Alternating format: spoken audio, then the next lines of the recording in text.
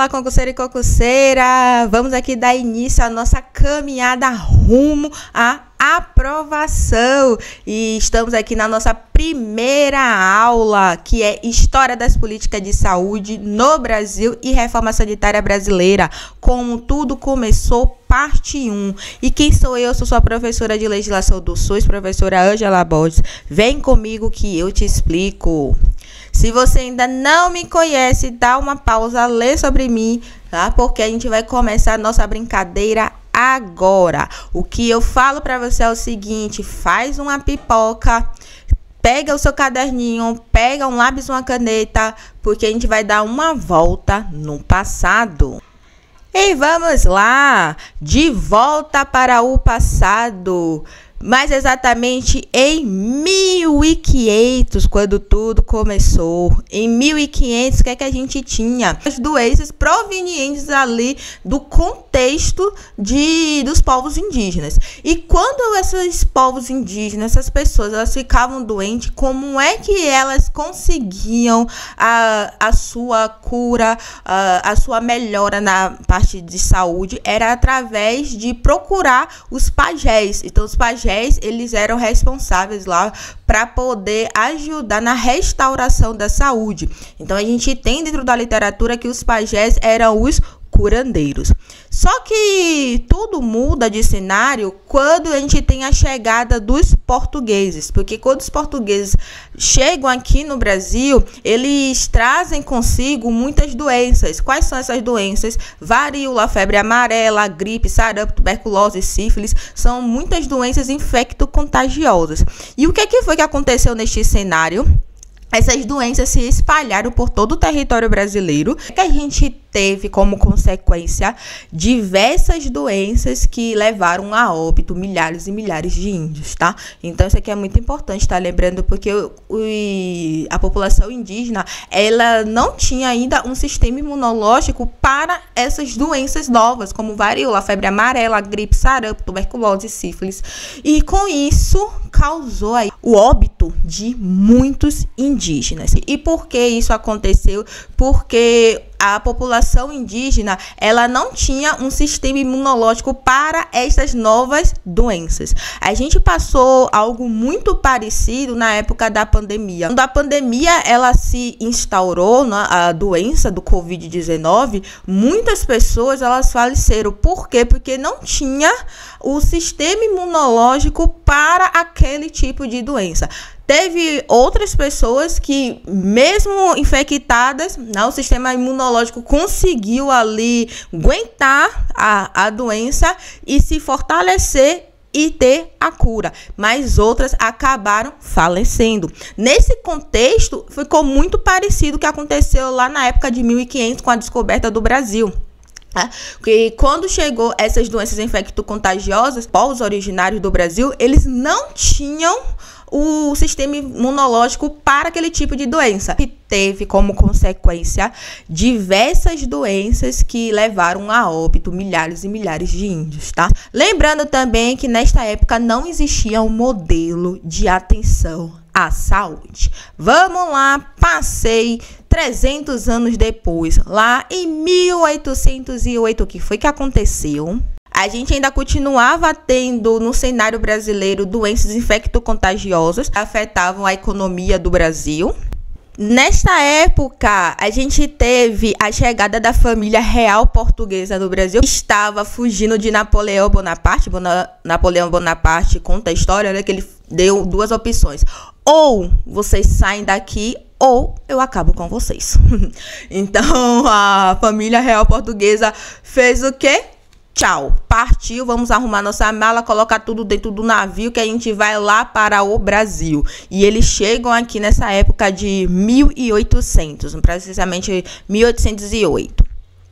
E o que foi que aconteceu nesta época? Com a chegada da família real portuguesa, eles perceberam que, de fato, o Brasil estava infestado de doenças infecto-contagiosas, que não se tinha uma assistência à saúde para poder dar conta disso daí. E o que foi que a corte real portuguesa fez na área da saúde? Ele fez o seguinte: contratou o senhor doutor Manuel Vieira da Silva para poder ajudar a impedir que dessas doenças, né, ou novas doenças chegasse e avançasse aqui no Brasil. E o que foi que o doutor Manuel Vieira da Silva ele fez? Ele fez algo chamado de controle dos portos. Esse controle dos portos era justamente isso. Todos os navios que chegavam até aqui na costa brasileira, esse navio atracavam e antes da tripulação ficar circulando livremente pelo Brasil, ia passar por um controle, e esse controle era o seguinte: a equipe de Manuel Vieira da Silva ia fazer uma inspeção dentro do navio. Aquelas pessoas que estavam com algum tipo de sintoma de doença ficavam dentro do navio, tá? E aquelas pessoas que aparentemente estavam saudáveis poderiam circular no Brasil. Então, quem ficava no navio até que melhorasse o sinal de sintoma ficava em quarentena. A gente pode lembrar dessa palavra que bem na época da pandemia se falou muito, ficar em quarentena, para você perceber o seguinte, que a palavra quarentena não é algo novo, né, do século 21, mas você tem esta palavra desde 1800. A ideia de Manuel Vieira da Silva do controle dos portos e ficar em quarentena, Ângela, funcionou ou não funcionou? Não funcionou. E por que não funcionou? Porque a gente tem aquelas pessoas que estão contaminadas, mas elas são o quê? Assintomáticas. E quando a pessoa está contaminada e é assintomática, ela era liberada, né, para poder circular no Brasil, porque aparentemente não tinha nenhum sinal e sintoma da doença, porém ela estava ali com aquele vírus, com aquela bactéria no corpo, só que estava sem sinal. E circulando pelo Brasil, estava o quê? Infectando as outras pessoas. Então, por isso que esta ideia de Manuel Vieira da Silva do controle dos portos e ficar em quarentena não deu tanto certo assim, porque tinham aquelas pessoas o quê? Assintomáticas.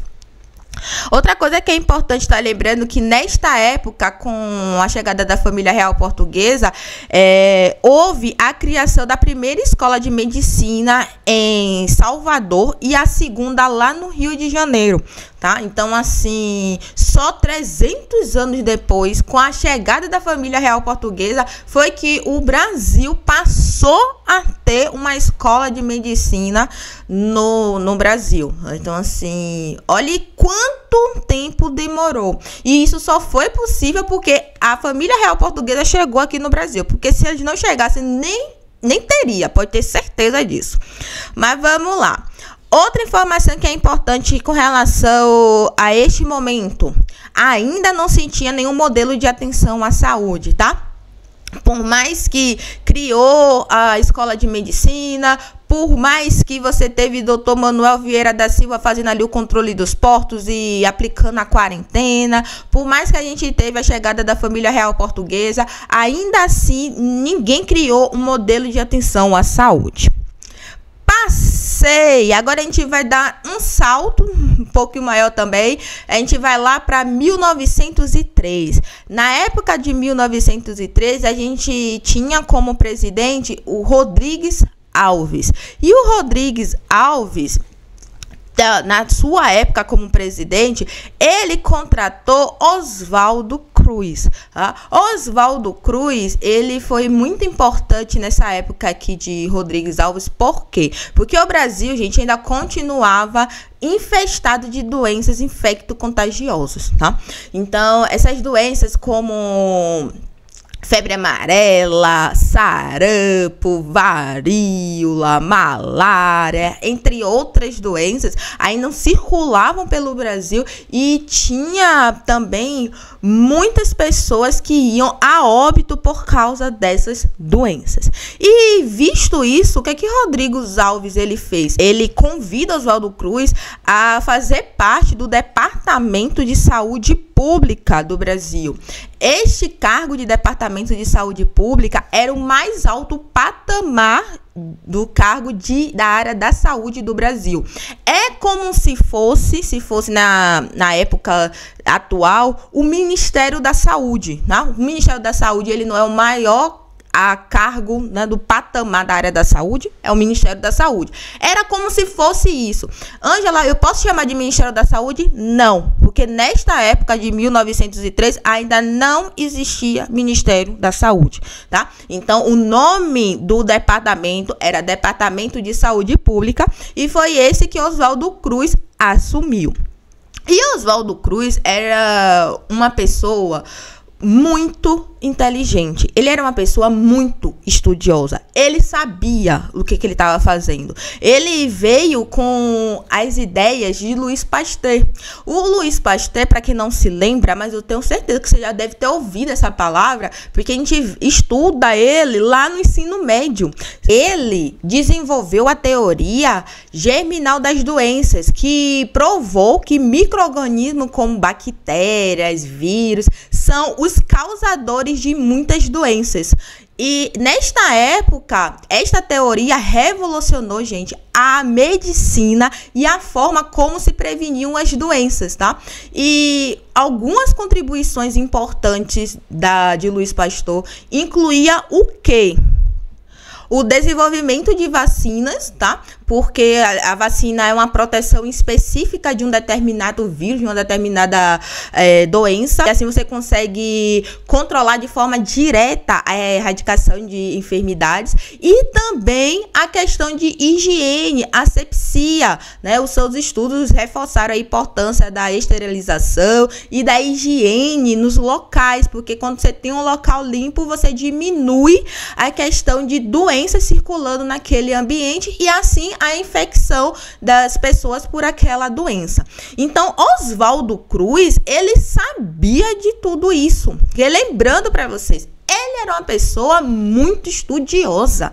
Ele tinha todo esse arcabouço, ele estudou nas melhores escolas da Europa e ele trouxe toda essa ideia para aqui, para o Brasil, né? À medida que ele ficou responsável pelo Departamento de Saúde Pública, com essas ideias de Louis Pasteur, ele fez o seguinte, ó, eu vou montar aqui o meu plano de ação para poder diminuir aqui, dar um basta nessas doenças infecto-contagiosas no Brasil, através de toda esta teoria. E o que foi que Oswaldo Cruz começou a realizar? Ele começou a fazer campanha de limpeza. Só que essa campanha de limpeza urbana no centro do Rio de Janeiro foram campanhas de limpezas autoritárias e invasivas. Por quê? Porque Oswaldo Cruz, ele utilizava muito da força policial ao seu favor. Ele não era muito de informar. Eu vou aqui informar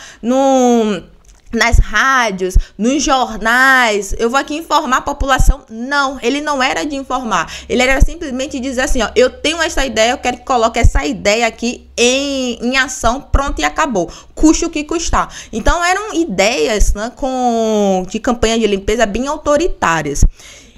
E outra coisa, eu falei Rio de Janeiro. Ângela, por que você falou Rio de Janeiro? Porque naquela época, a capital do Brasil era situada no Rio de Janeiro. Lembrando que o Brasil teve 3 capitais. A primeira foi em Salvador. Salvador foi a primeira capital do Brasil.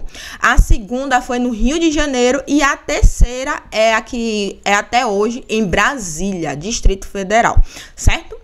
Então, nesta época aqui de Oswaldo Cruz, ele iniciou sua campanha de limpeza lá no centro do Rio de Janeiro, porque era a capital do Brasil.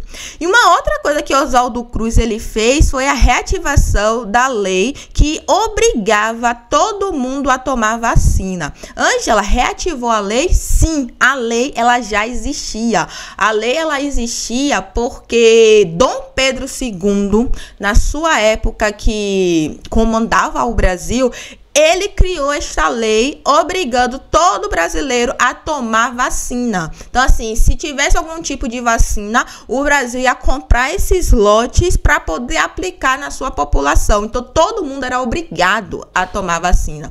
Sendo porque você conhece o país onde você mora, né? Brasil é aquele tipo de país em que você tem lei, mas ninguém obedece. Então ninguém ligou para esta lei. Ninguém, nem a lei obrigar, vem aqui, eu não vou tomar vacina nenhuma. E essa lei caiu por esquecimento. Mas quando Oswaldo Cruz, ele assume o Departamento de Saúde Pública, lembrando, ele é uma pessoa muito inteligente, ele estudava, ele sabia onde é que ele estava, o que ele fazia. Ele descobriu que essa lei já existia. Então, o que foi que ele fez? Ele só fez reativar. Vamos reativar aqui essa lei da obrigatoriedade da vacina. E o que foi que aconteceu com isso? Aconteceu um movimento chamado de Revolta da Vacina em 1904. Eu tenho certeza que você já ouviu falar da Revolta da Vacina, com um protesto popular que ocorreu no Rio de Janeiro, tá? Isso aqui é importante estar lembrando, foi no Rio de Janeiro, em 1904, durante esse governo de Rodrigues Alves. E isso, o principal motivo foi a insatisfação da população com a vacina obrigatória contra a varíola. E por que isso? Porque Oswaldo Cruz colocou todo mundo para ser vacinado. E uma coisa que é importante estar lembrando, nesta época, simplesmente a polícia e também a equipe médica chegava na casa das pessoas com uma seringa desse tamanho, uma agulha imensa, com um líquido dentro que ninguém sabia o que era. A população, gente, foi mal informada. Ela não sabia que líquido era. E outra coisa que é importante estar lembrando, que esta vacinação, ela iniciou com aquela população menos favorecida, tá? Então, assim, as pessoas começaram a achar que era o seguinte, que o governo estava querendo exterminar os mais pobres. E isso tudo, gente, todo esse climão resultou na revolta da vacina. E houve muito protesto, houve quebra-quebra e houve confronto com a polícia e com o exército, porque como era obrigatório e a população estava muito mal informada, simplesmente a equipe médica fazia assim, me dê seu braço aí que eu vou aplicar isso daqui. O que é isso daqui não te interessa, mas você é obrigado a tomar isso daqui. E isso tudo causou uma maior confusão. E dentro desse contexto, o presidente Rodrigues Alves começou a perceber que sua popularidade começou a despencar ladeira abaixo. Porque você sabe como é político aqui no Brasil, né? Mexe em tudo, só não mexe na minha popularidade, porque eu preciso de votos para poder continuar ali na presidência. Ele vendo que a popularidade ali político estava desabando, ele fez o seguinte, ele tira Oswaldo Cruz do Departamento de Saúde Pública, ele exonera Oswaldo Cruz e assume no lugar do Oswaldo Cruz Carlos Chagas. Carlos Chagas, gente, nada mais é um médico que era o pupilo de Oswaldo Cruz, tá? Então, assim, ele seguia muito Oswaldo Cruz.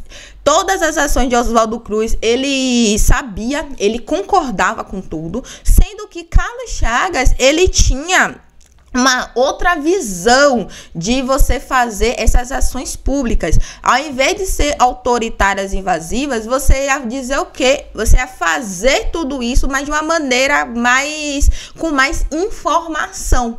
Então, ele trazia mais informação antes de fazer qualquer tipo de ação pública. Era diferente de Oswaldo Cruz, que simplesmente era autoritário e invasivo. E Carlos Chagas não. Carlos Chagas continua com esse contexto, né, de Oswaldo Cruz, porque, lembrando, ele manteve todas as ações de Oswaldo Cruz, mas com algo menos autoritário e invasivo. Inclusive, não sei se vocês percebem, mas assim, Chagas vem daquela doença de Chagas, porque Carlos Chagas descobriu a doença de Chagas lá em 1909.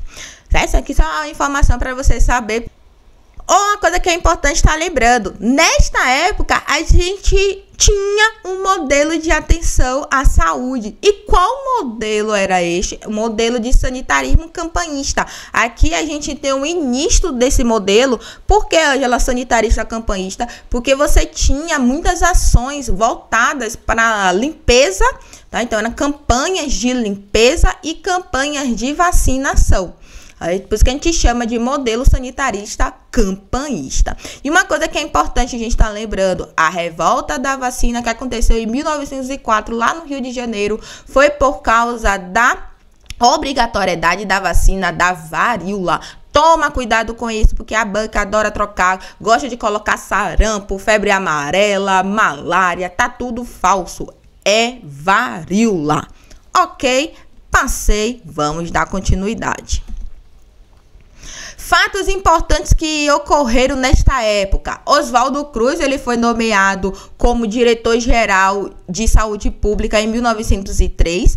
Na época de Oswaldo Cruz, ele faz suas campanhas de limpeza urbana no centro do Rio de Janeiro e obrigou a vacinação para todos, porque ele reativou a lei da vacinação obrigatória. Em 1904 acontece o quê? A revolta da vacina devido à obrigatoriedade da vacinação contra a varíola no Rio de Janeiro, porque nessa época a capital do Brasil era no Rio de Janeiro. E um fato importante que já caiu em prova.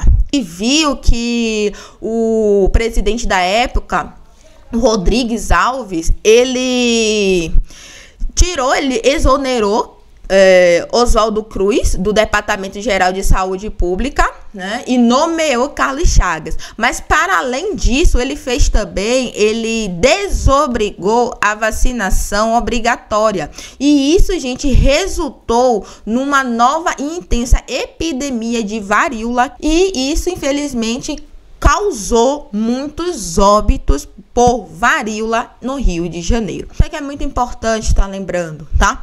Por quê? Porque tem algo na parte de saúde pública com relação à vacina que é chamado de cinturão de imunização. O que é que consta, Ângela, esse cinturão de imunização? É o seguinte: quanto mais pessoas protegidas, menos o vírus, a bactéria, ele circula ali no ambiente. É tanto que a pessoa que não se vacinou, mesmo assim, ela fica muito difícil de pegar algum tipo de doença. Por quê? Porque ela está no meio de um cinturão de imunização. As outras pessoas que tomaram vacina estão protegendo aquela pessoa que não tomou vacina. Por isso que se fala muito de quanto mais se vacinar, quanto mais pessoas se vacinar, melhor, para poder criar esse cinturão de imunização.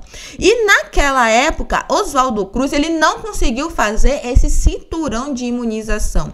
E aí o que foi que aconteceu? Como o governo desobrigou a vacinação obrigatória, resultou em uma nova intensa epidemia de varíola, justamente por causa disso, porque não houve o cinturão de vacinação, de imunização, tá? E isso, infelizmente, causou muitos óbitos por varíola no Rio de Janeiro. E lembrar também que Oswaldo Cruz, ele foi substituído pelo seu pupilo Carlos Chagas. Vamos lá, passei dando continuidade. Agora a gente vai para 1923. Mas antes de chegar em 1923, a gente precisa estar lembrando o seguinte, que ainda o Brasil tinha muitas e muitas doenças infecto-contagiosas circulando no país.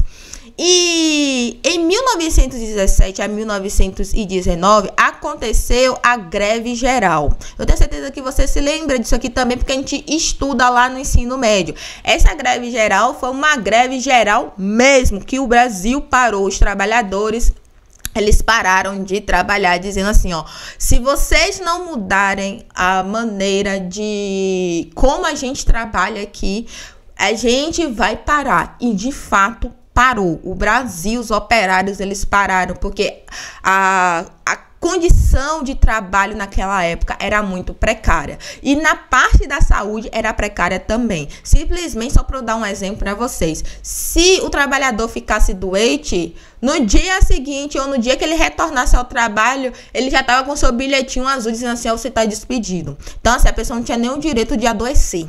Então, para você ver como era a situação de trabalho naquela época. E aí, o que foi que aconteceu? A gente teve essa greve geral dos trabalhadores, em que uma das pautas era justamente falando sobre a situação de saúde, mas tinha a questão também do seguinte: adoeci, como é que eu vou me tratar? Por quê? Porque não tem saúde, não tem hospital público, né? Assim, você não tem acesso à saúde universal, você não tem nada disso. O dinheiro que eu ganho é pouco. Como é que eu mesmo vou pagar isso daqui, sendo que eu não estou trabalhando? Então, como é que eu vou pagar uma assistência à saúde se eu não estou conseguindo nem trabalhar porque eu estou doente? Então, assim, essa parte de saúde foi uma das pautas da greve geral dos trabalhadores. E no meio de tudo isso, o deputado federal Eloy Chaves, ele teve uma brilhante ideia. É tanto que eu até coloquei aqui, ó, esse símbolo de uma lâmpada para lembrar que é uma ideia.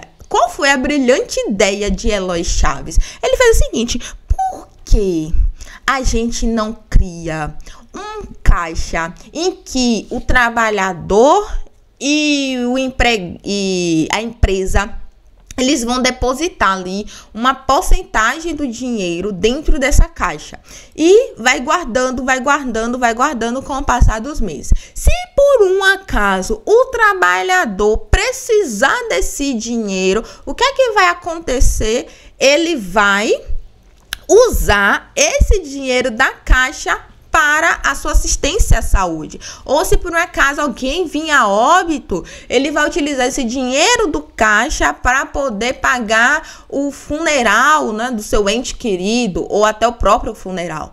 Então, esse foi a ideia de Eloy Chaves, fazer essa caixa, tipo um cofrinho mesmo, você colocando ali, depositando, empresa e o empregado, depositando esse dinheiro para quando o empregado necessitar, ele já tem aquele dinheiro em caixa, tá? Então, assim, ele não ia tirar do seu salário, ele ia utilizar aquele dinheiro que está dentro da caixa.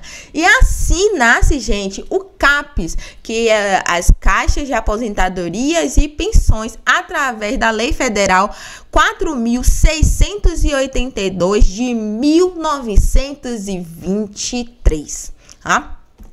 E esta lei de Eloy Chaves, ou simplesmente o CAPES, dessa Caixa de Aposentadorias e Pensões, a gente tinha algumas características. Quais são essas características? Primeiramente, a assistência à saúde era excludente, porque só quem contribuía, né, para o Caixa era que tinha o direito de utilizar aquele dinheiro para a sua saúde.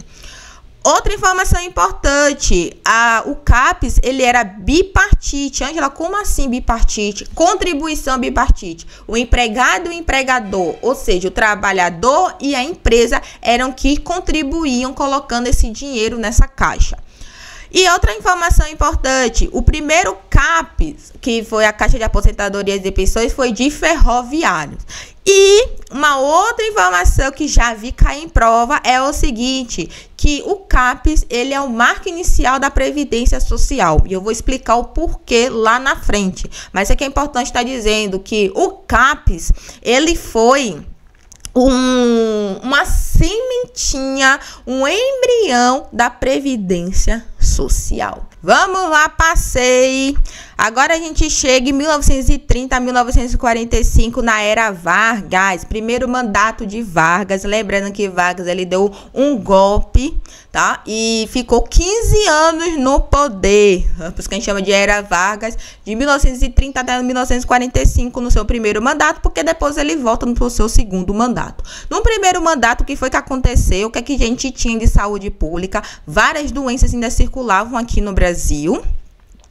E Vargas, ele teve uma ideia: vamos criar ministérios. E esses ministérios vão ser responsáveis, vão ser pastas responsáveis por algum tipo de temática aqui no Brasil. Então, eu vou ter um ministério para a área da educação, um ministério para a área do turismo, um ministério para a área da segurança, um ministério para a área da saúde, certo? Então, em Vargas, ele teve essa ideia de criar essas pastas em formato de ministério. E assim, em 1930, ele cria o Ministério de Educação e Saúde Pública. Isso aí, em 1930. Era um caso, saúde e educação, os dois faziam parte do mesmo ministério, tá? Era Ministério de Saúde, de Educação e Saúde Pública, em 1930. Anota essa data. O que é que a gente teve nessa época de Vargas? Os trabalhadores estavam muito irritados com Getúlio Vargas. Por quê? Porque Getúlio Vargas, ele prometeu que iria fazer o seguinte, e ajudar os trabalhadores e dentro de criação de leis para proteger os trabalhadores. E realmente ele fez isso, que foi a CLT, a Consolidação de Leis Trabalhistas, né? Tanto que Vargas, ele é considerado o pai dos trabalhadores, porque é ele que cria a CLT. Sendo assim, com a criação da CLT, você teve realmente vários direitos que penduram até hoje. Mas ainda assim os trabalhadores estavam irritados com Getúlio Vargas na área da saúde. Por quê? Porque na parte da saúde o que se tinha era o CAPES, e esse CAPES não estava ajudando tanto assim os trabalhadores. Realmente foi uma ideia sensacional, né? Porque o Brasil não tinha nenhum tipo de assistência à saúde, passou a ter através do CAPES, mas na era Vargas não se mudou, né? Você não teve nenhum tipo de novidade, além da criação lá do Ministério da Educação e Saúde Pública, que criou, mas não ajudou em praticamente nada. E com isso, o que é que Vargas fez? Ele começou a se movimentar, né? Então, ele criou o primeiro Conselho Nacional de Saúde com esse caráter consultivo. Anota isso daí. Um caráter consultivo, era de consultoria. O presidente, ele reunia as principais personalidades de saúde, né, do Brasil, para poder discutir sobre a situação do Brasil naquela época, fazer uma espécie de consultoria e depois dissolvia esse conselho. Então, nosso primeiro Conselho Nacional de Saúde aconteceu em 1937. Em 1941, ocorreu a primeira Conferência Nacional de Saúde para justamente falar sobre essa situação sanitária brasileira. E algo que é muito importante, né, assim, para sua prova, para você estar lembrando, foi justamente com relação ao CAPES. Ele modificou o CAPES. Em 1933, o que foi que Getúlio Vargas fez? Ele trocou o C pelo I. Aí, Angela, como assim o C pelo I? Ao invés de chamar CAPES, passou a se chamar IAPES, que é o Instituto de Aposentadorias e Pensões. E o que é que ele modifica, né, com esse Instituto de Aposentadorias e Pensões? É que a assistência à saúde ainda continuava sendo excludente, porque só quem contribuía para o IAPES era quem tinha acesso à saúde. Mas a contribuição passou a ser tripartite. Angela, sim, tripartite. O empregado, o empregador e o governo passaram a contribuir para o IAPES. Se lembra que o CAPES era só quem contribuía era o empregado e o empregador, ou seja, o trabalhador e a empresa. Em 1933, com a criação do IAPES, o Getúlio Vargas disse o seguinte, agora vai entrar mais uma pessoa, mais um órgão para poder contribuir. E quem vai ser? Vai ser o governo. Então, o governo vai injetar esse dinheiro nesse IAPES para poder auxiliar, aumentar, né, o valor e assim auxiliar a população da melhor maneira possível. Uma informação importante, o primeiro IAPES foi do marítimo e portuário, tá? O primeiro CAPES foi do ferroviário, mas o primeiro IAPES foi do marítimo e portuário. E uma outra informação importante é que nesta época de Getúlio Vargas foi a época do auge do sanitarismo campanhista. Então, assim, do que Getúlio Vargas pôde fazer para campanha de limpeza urbana, campanha de vacinação, ele fez. Foi o auge do sanitarismo campanhista. Se lembra daquele sanitarismo campanhista que começou lá com Oswaldo Cruz? Pois bem, intensificou aqui na era Vargas. Passei dando continuidade. Em 1951 a 1954, Getúlio Vargas, ele assume novamente a presidência do Brasil com seu segundo mandato. Anos depois, ainda assim, o Brasil tinha várias doenças que continuavam circulando aqui no país. E nesta época, ainda continuava sendo o IAPS, que é o Instituto de Aposentadorias e Pensões, tá? Então, desde 1933 até nesta época daqui, na década de 50, era o IAPS, o tipo de assistência à saúde, que era um tipo de assistência o quê? Excludente. Para dizer que Getúlio Vargas não fez nada nesse segundo mandato, ele fez sim. O que foi que ele fez? Ele criou o Ministério da Saúde em 1953. Sendo que essa criação, eu coloco sempre entre aspas. Por quê? Porque o Ministério da Saúde, ele já existia, né, desde lá de 1930. Se lembra que era Ministério da Educação e Saúde Pública. Então, assim, era saúde, né? Mas quando chega aqui em 1953, ele faz o quê? O desmembramento dos ministérios. Então, o Ministério da Educação passa a ser uma pasta e o Ministério da Saúde passa a ser outra pasta. Mas ele disse que criou o Ministério da Saúde, mas na verdade ele só fez desmembrar os ministérios, tá? Mas é importante estar lembrando, se aparecer na sua prova que o Ministério da Saúde foi criado em 1953, verdadeiro ou falso? Verdadeiro. Coloque aí na sua prova que você consegue gabaritar. E só para relembrar, Ângela Uiapes, que fazia parte da assistência à saúde nesta época, o Instituto de Aposentadorias e Pensões era um tipo de assistência à saúde excludente, tripartite, porque quem contribuía era o empregado, empregador e o governo. O primeiro IAPS foi o marítimo e o segundo, o marítimo e o portuário, e o segundo foi de ferroviário. Certo? Então, isso aqui são algumas informações com relação ao IAPS, mas você precisa estar lembrando que nesta época o sistema de saúde era através do Instituto de Aposentadorias e Pensões. Passei, agora a gente vai dar um pulo para 1966, em que chega a época da ditadura militar. A época da ditadura militar, para quem não se lembra, foi de 1964 até 1985. Foram 21 anos de ditadura militar. Nesta época, gente, ainda circulava várias doenças contagiosas aqui no Brasil, certo? E nesta época da ditadura militar, o governo ele fez o seguinte, a gente não vai trabalhar mais com assistência à saúde com IAPS, e sim vamos criar um novo tipo de assistência à saúde chamado INPS, que é o Instituto Nacional de Previdência Social. E assim, gente, nasce a nossa primeira previdência social do Brasil, tá? Nasce em 1966 através do INPS. Apesar de ser um novo tipo de assistência à saúde, esse tipo de assistência à saúde ainda continuava sendo o quê? Uma saúde excludente, certo? Por que excludente? Porque só quem contribuía para o Instituto Nacional de Previdência Social era quem tinha acesso à saúde.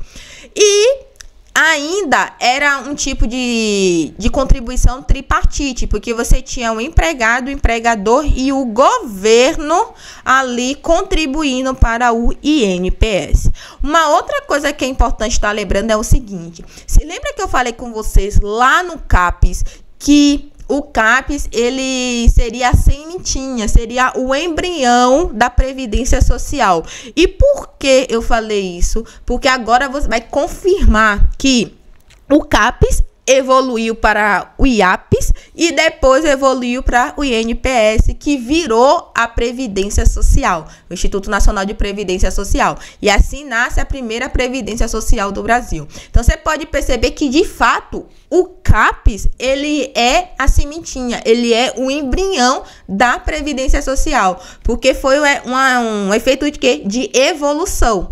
CAPES, em 1923, que transformou em IAPS em 1933 e que depois se transformou em INPS em 1966. Então, é só mesmo para confirmar aquilo que eu falei lá nos slides anteriores, justamente sobre que o CAPES, ele é um embrião do INPS. Mas vamos lá.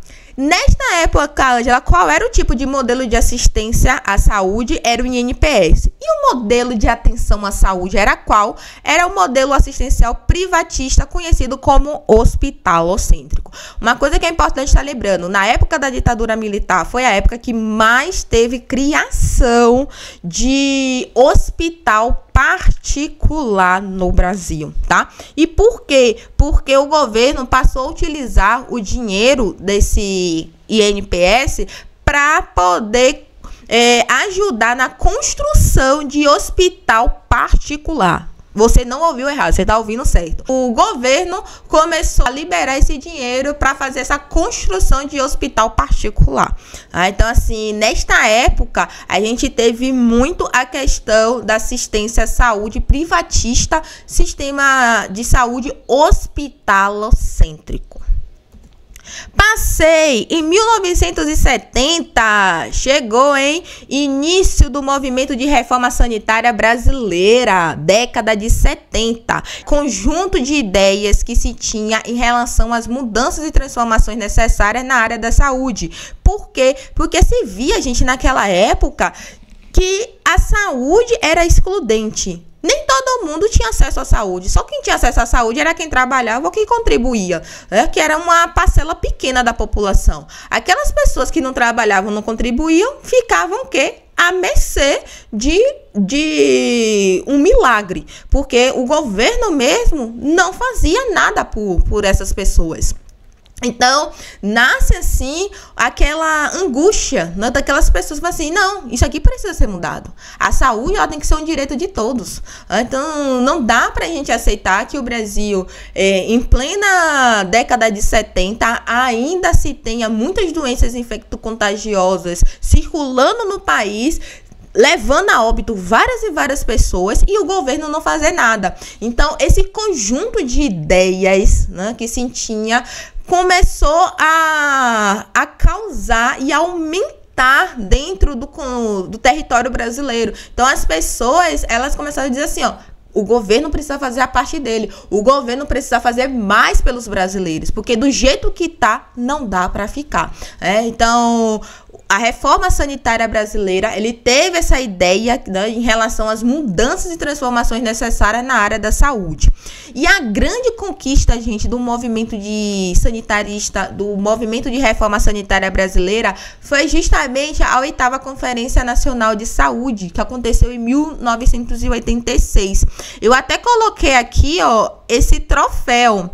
Por quê? Porque o movimento de reforma sanitária brasileira, ele se inicia lá na década de 70, vai ganhando força, né, em 1980. Então, assim, em 1980, o Brasil já sabia o que era esse movimento de reforma sanitária brasileira, já sabia o que esse movimento queria, transformação real na área da saúde.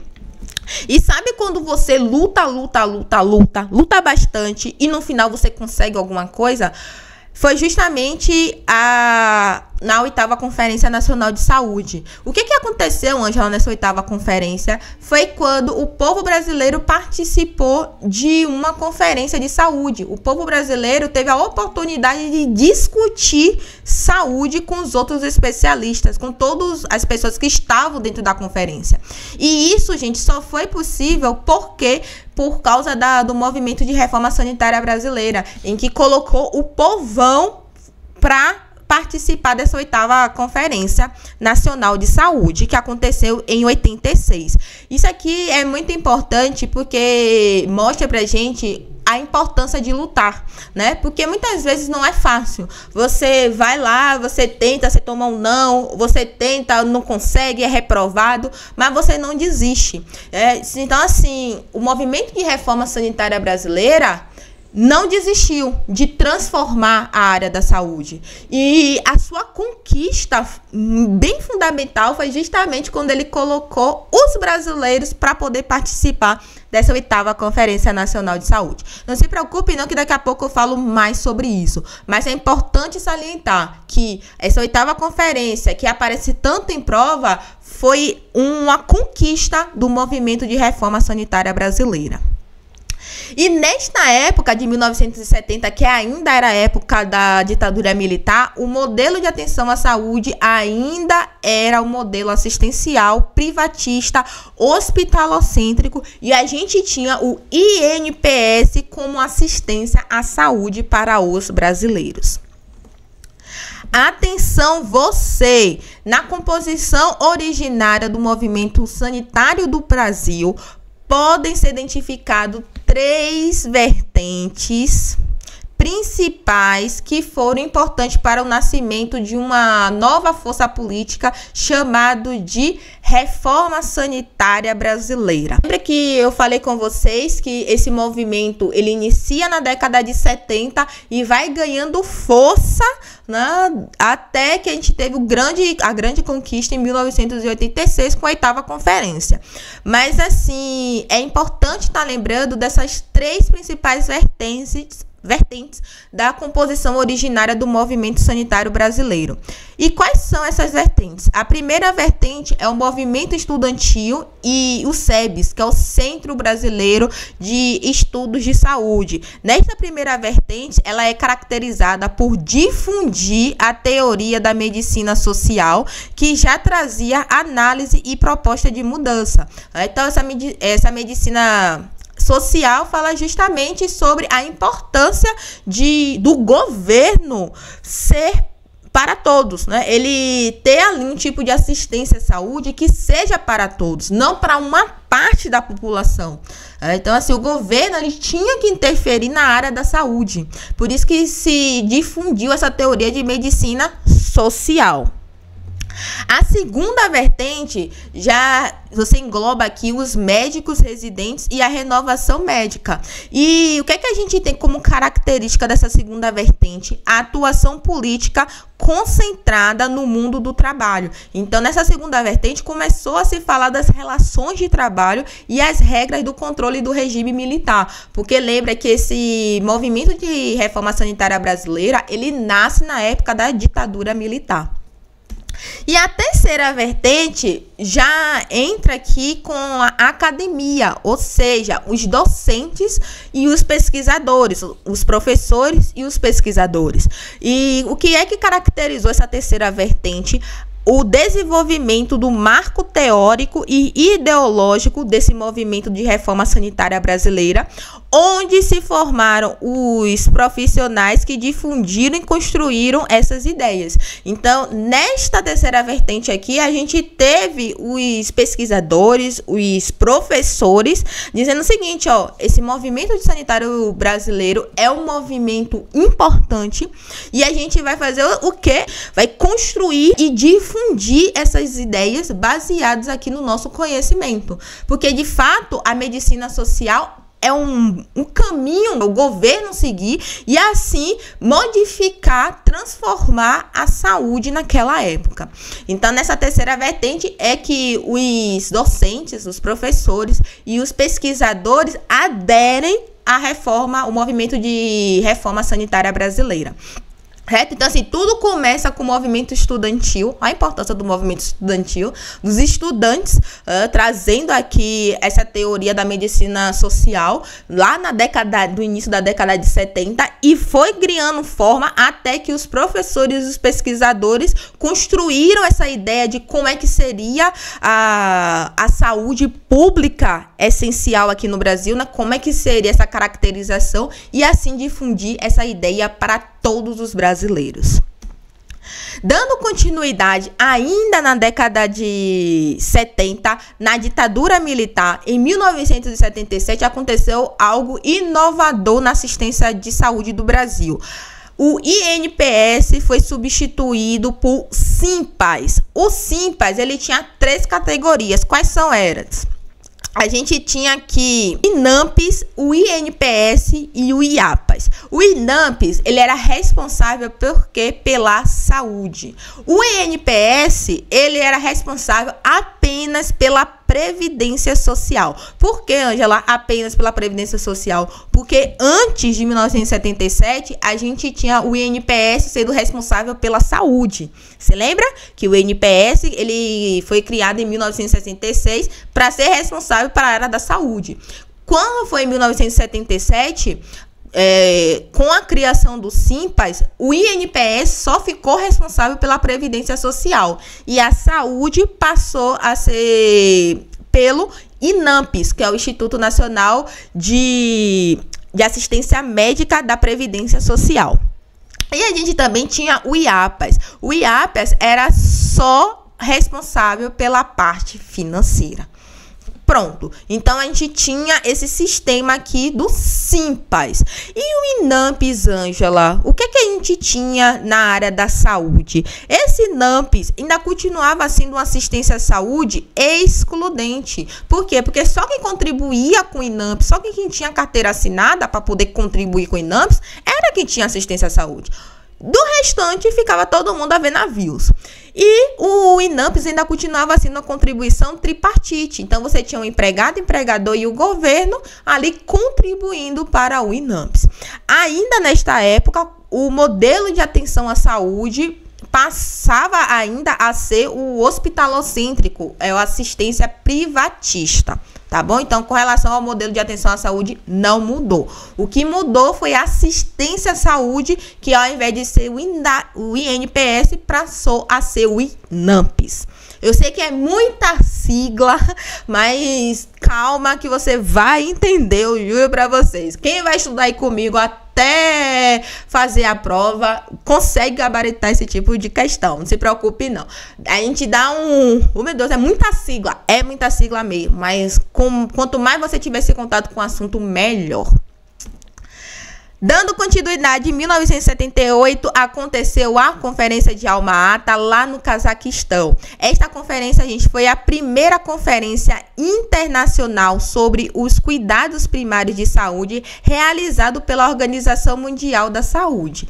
E esta conferência, ela deu origem à Declaração de Alma-Ata, que é um documento que enfatizava a atenção primária à saúde. Então, olhe só você, a gente fala muito de atenção primária à saúde, atenção básica aqui no Brasil, mas desde 1978 que se fala sobre atenção primária à saúde, da importância dos cuidados primários num país. Então, se o governo investir em cuidados primários de saúde, você vai ter muita menos dor de cabeça, porque você já está ali na raiz do problema.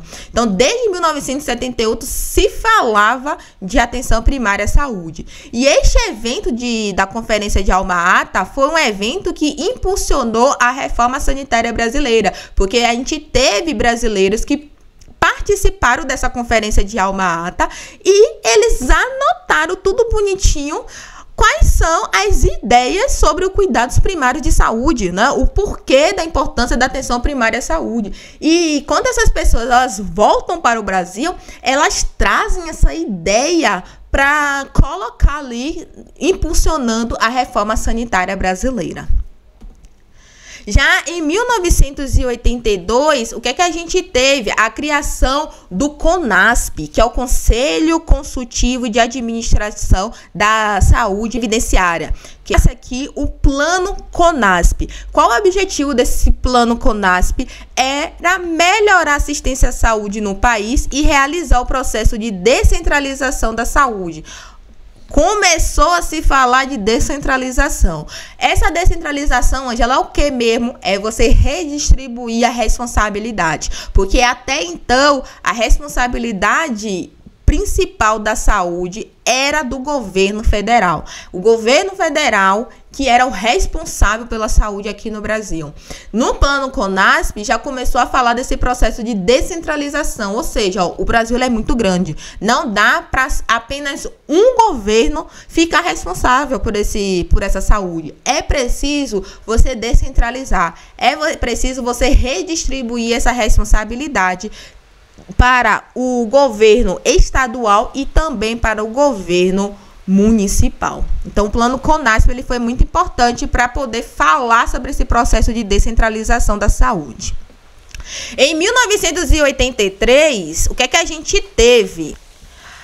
A implementação das ações integradas de saúde foram várias ações para poder integrar a saúde. Exemplo, criação de um convênio com serviços públicos priorizando as ações primárias de saúde. Se lembra do pessoal que participou lá da conferência de Alma Ata?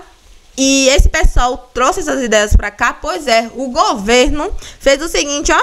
Vem cá, vocês que foram para lá. O que é que teve de novidade? Legal. Vamos aqui, então, criar essas ações integradas de saúde com ações primárias de saúde para ver se vai dar certo. Tá vendo? Olha a importância, né, da gente tá debatendo, da gente tá insistindo, que uma hora a gente consegue. E aqui foi um dos pilares, o Brasil já começando a trazer as ações primárias à saúde. Lembrando que não é para você comparar com o que é hoje. A gente está falando de 1983, tá? Então, assim, começou a se falar sobre e a tentar inserir alguma coisa. Né? Toma cuidado com relação a isso. Não vai fazer paralelo com os dias atuais. E nesta época, a assistência à saúde era qual mesmo, Ângela? O INAMPS, o Instituto Nacional de Assistência Médica da Previdência Social. Lembrando que o INAMPS ainda era assistência à saúde excludente, tá? E era contribuição tripartite, porque você tinha o empregado, empregador e o governo. E lembrando que nesta época ainda a gente estava na ditadura militar, porque a ditadura militar foi de 1964 até 1985. Em 1986, o que foi que aconteceu em Brasília? De 17 a 21 de março de 1986, a gente teve a 8ª Conferência Nacional de Saúde. Aqui foi o marco do movimento de reforma sanitária brasileira, porque pela primeira vez na história, a Conferência de Saúde teve a participação popular. Isso daqui, gente, foi muito importante. Marco do movimento de reforma sanitária brasileira. E a 8ª conferência teve como lema a saúde de todos e dever do Estado. Olha que lema bonito, né? Então, assim, a construção da reforma sanitária brasileira, a importância desse movimento, a importância de você lutar por uma saúde melhor, deu de conquista um marco histórico. Pela primeira vez na história, o povão, a participação popular em uma conferência nacional de saúde, porque antigamente as conferências eram só para aquelas pessoas estudiosas da época, né? Era para aquelas personalidades políticas dentro daquela temática de saúde, não era aberta para o público. Mas o movimento de reforma sanitária brasileira conseguiu colocar o povo brasileiro para poder participar dessa Conferência Nacional de Saúde em 86. É importante estar lembrando que, nesta época, a gente não teve a criação do SUS, tá? Foram discutidas ideias com conceito ampliado de saúde. Isso aqui é muito importante estar lembrando, mas não é criação do SUS.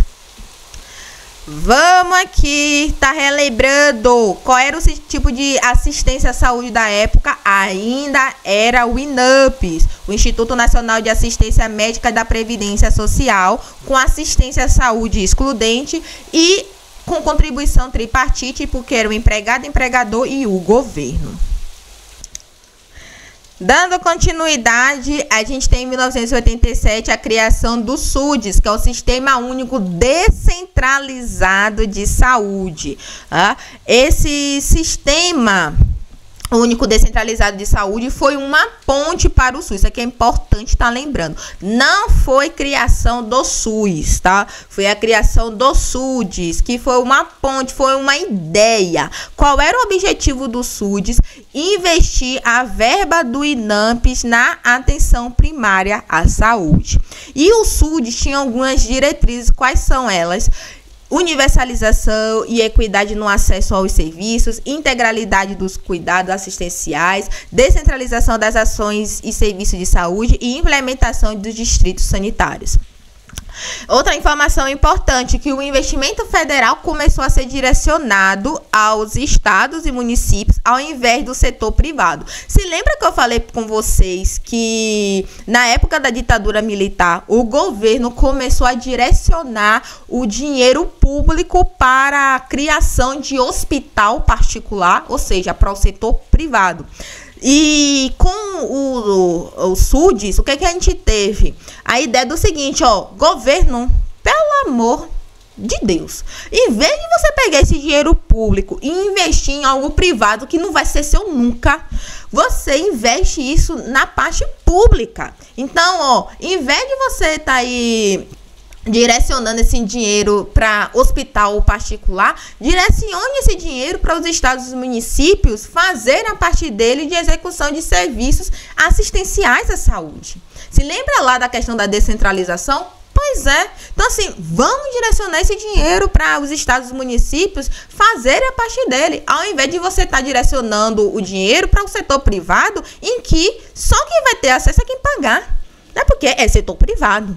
Então, começou a se falar sobre isso e o governo entendeu que realmente não fazia sentido você investir na parte privada, e sim tinha que investir na parte pública.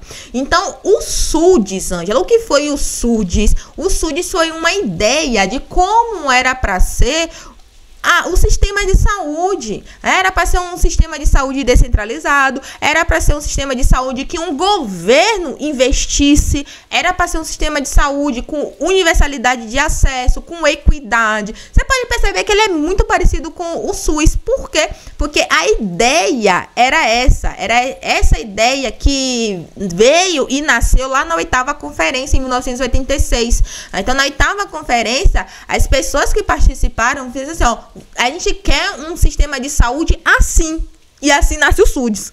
A gente quer esta ideia de sistema de saúde.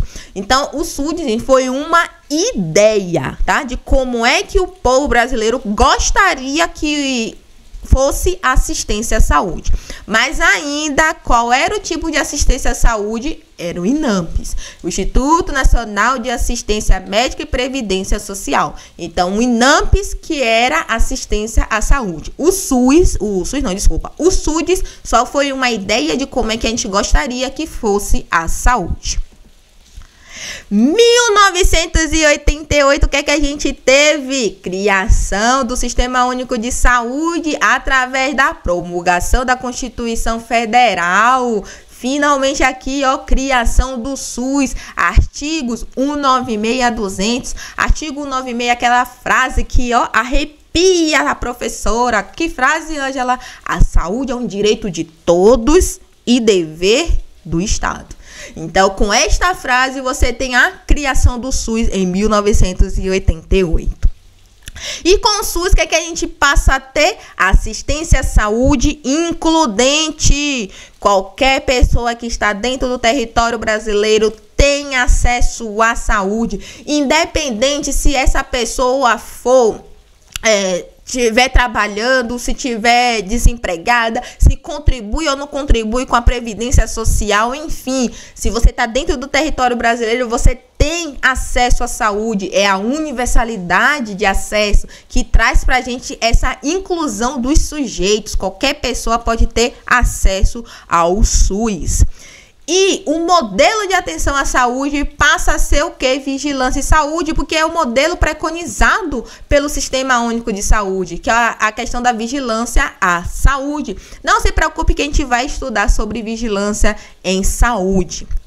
Tá? Então, eu não vou nem me adentrar, mas o modelo de atenção à saúde não passa a ser mais o hospitalocêntrico. Ai, Ângela, mas ainda existe. Sim, existe. Mas o SUS, você pode perceber que o SUS, ele não trabalha com modelo hospitalocêntrico. Ele trabalha com modelo de vigilância à saúde. O modelo hospitalocêntrico existe porque você tem os hospitais particulares. Mas, assim, o SUS, ele preconiza a vigilância em saúde. O que é que a gente precisa estar lembrando? Que o SUS ele foi criado em 1988, mas ele foi regulamentado pelas leis 8080 e a lei 8142, ambas de 1990, que a gente chama de Leis Orgânicas da Saúde. Qual é a diferença, Ângela, de criar e regulamentar, porque criar é simplesmente você colocar na Constituição Federal, né? Então, assim, nos artigos 196 a 200, você informa ali, ó, eu criei um tipo de assistência à saúde includente para os brasileiros. Pronto. Então, você tem o que? A criação do SUS. Mas as leis orgânicas da saúde, Lei 8080 e Lei 8142, ambas de 1990, são elas que vão caracterizar, são elas que vão descrever o que é esse SUS. Se você já teve curiosidade de abrir a Lei 8080, a Lei 8080, gente, tem mais de 40 artigos. Por quê? Porque ali você está dizendo como é que o SUS vai funcionar. Tá? Por isso que eu chamo que criação do SUS foi em 88, mas a caracterização, a regulamentação, como você descreve o SUS, você encontra lá na Lei 8080 e na Lei 8142. Parando para pensar agora, antes do SUS, como era que as pessoas tinham acesso à saúde? Porque aqui, ó, quem trabalhava, né, ou quem contribuía, você tinha aquela assistência excludente. Mas você tinha assistência, porque se você tivesse dinheiro para pagar, você tinha acesso a CAPES, a IAPES, NPS e NAMPS, tá? Mas aquelas pessoas que não pagavam, ficavam a ver navios? Ficavam a ver navios. Mas uma coisa que é importante estar falando é o seguinte, que a gente tem a questão da caridade. Então, antes do SUS, a caridade era o principal acesso à saúde aqui no Brasil. E não dá para falar de caridade sem citar as Santas Casas de Misericórdia. Elas eram instituições cruciais que ofereciam assistência àquelas pessoas, gente, que não contribuíam para o CAPES, IAPES, NPS e NAMPS, tá? Não é que essas Santas Casas de Misericórdia, elas tinham algo muito tecnológico, mas ela dava o essencial, que era a questão do acolhimento e a questão também de estar assim, ó, você não tá sozinho, né? Porque é muito triste você estar passando por uma situação complicada, que no caso é da saúde, e você não tem amparo nenhum, né? Então, as Santas Casas de Misericórdia faziam esse amparo médico e social nas condições que se tinham, né? Então, assim, viviam muito de doação, de donativos, para poder manter. Não tinha uma estrutura para dizer, tá uma estrutura excelente que tem isso. Não tinha. Mas você tinha um principal, que era essa questão do acolhimento. Tem uma frase do professor e filósofo Mário Sérgio Cortella, quem me conhece sabe que eu sou fãzaça do professor Mário Sérgio Cortella, que ele fala do seguinte, que ninguém morre de fome ou de frio, morre de abandono. E o que o governo fez por muito e muito tempo foi simplesmente abandonar a população brasileira, tá? Porque a partir do momento que você não intervém, a partir do momento que você não faz sua parte, você abandona. E as Santas Casas de Misericórdia, assim como ao tempo, né, foram surgindo os hospitais universitários, os hospitais públicos, mas bem limitados, você passou até o quê? Esse amparo médico-social. Mas as Santas Casas, que não tinha nenhuma relação com o governo, tinha de fato esse amparo, né, de você não, pelo menos aqui você vai ter esse acolhimento. E com o tempo começou a vir o governo a fazer a parte dele, né? Finalmente o governo fazendo a parte dele.